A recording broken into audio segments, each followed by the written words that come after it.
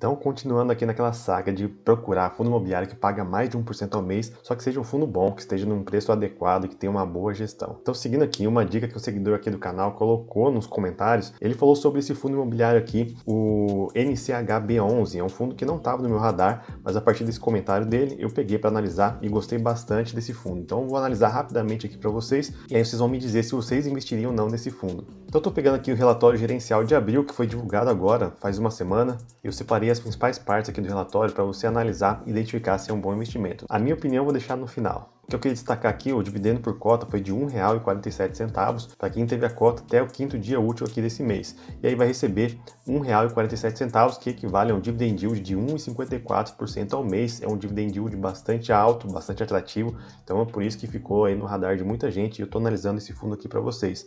E o dividend yield de 12 meses, se você colocar os últimos 12 meses pagos de dividendos e dividir pelo valor da cota atual, dá 14,84%. É claro que quando a cota vai mudando de preço, esse dividend yield é uma equação e também vai mudando esse valor cada minuto. Então, um ponto importante de analisar aqui é o valor patrimonial, que no fim do mês foi de R$ 94,81 e sendo negociado na Bolsa de Valores por cerca de R$ 99.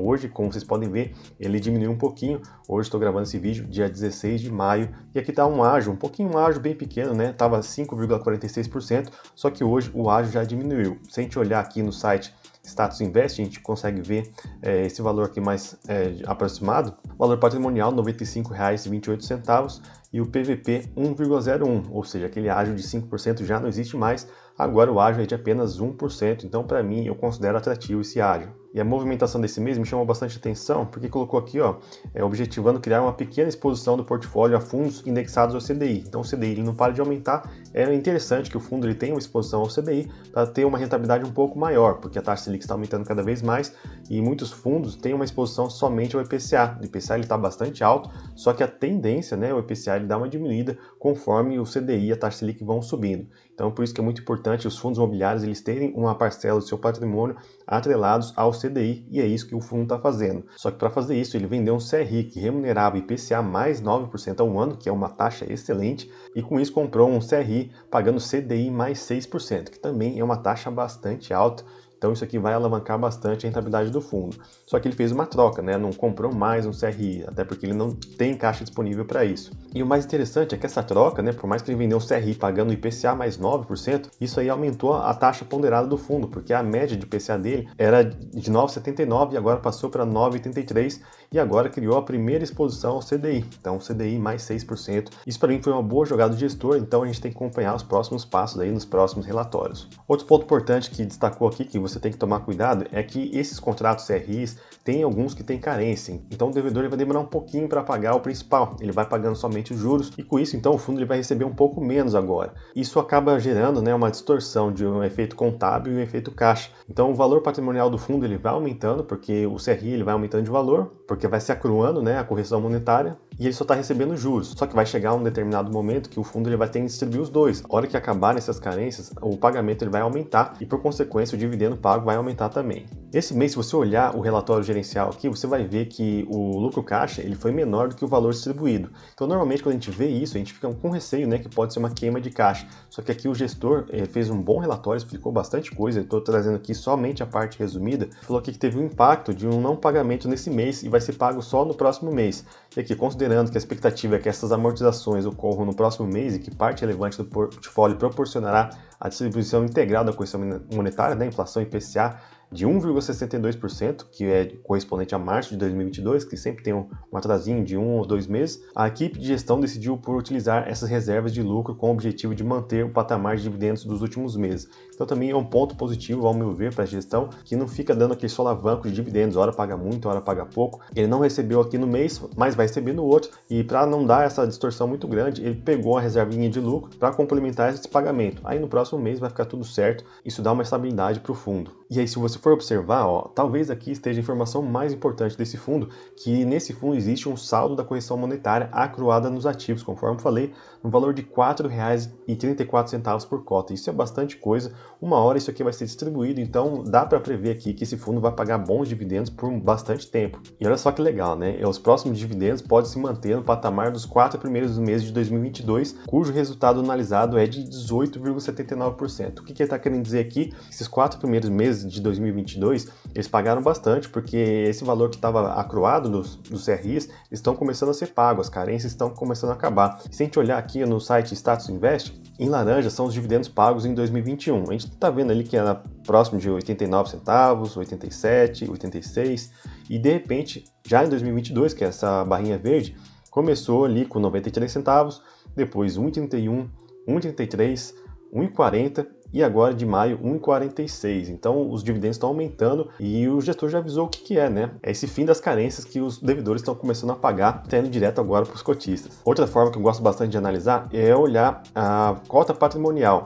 Se a gente olha aqui, estava 362, 365, só que vamos desprezar isso aqui porque houve um desdobramento de cotas. Vamos pegar desde aqui, ó, 1º de janeiro de 2020, o valor patrimonial por cota era R$ 95,25, foi diminuindo 87, 88, 90, 91, 92, 93, aí chegou a 94, 95, 96 e voltou aqui para 95, mas está aumentando novamente. Se você for olhar nos fundos de papéis, a grande maioria dele perdeu o valor patrimonial por causa da marcação a mercado. Quanto mais aumenta a taxa Selic, os juros futuros e os títulos do Tesouro Direto, Tesouro IPCA+, eles vão aumentando suas taxas, isso aqui ocorre uma perda da marcação a mercado desses fundos de papel. Só que no caso específico desse fundo, a gente está vendo aqui que o valor patrimonial está aumentando, então isso aqui é um bom sinal, exatamente aquilo que eu expliquei no começo do vídeo, que é aquele valor acruado, né? Então ele está aumentando, né? O saldo devedor dos CRIs está aumentando e isso repassa automaticamente para o valor patrimonial do fundo. E uma hora isso vai ser distribuído. Então o fundo ele encerrou o mês de abril com 99% aí do seu patrimônio investido em CRIs, a carteira está totalmente estável, né, e adimplente, o gestor fala isso, não tem nenhum default, não tem calote.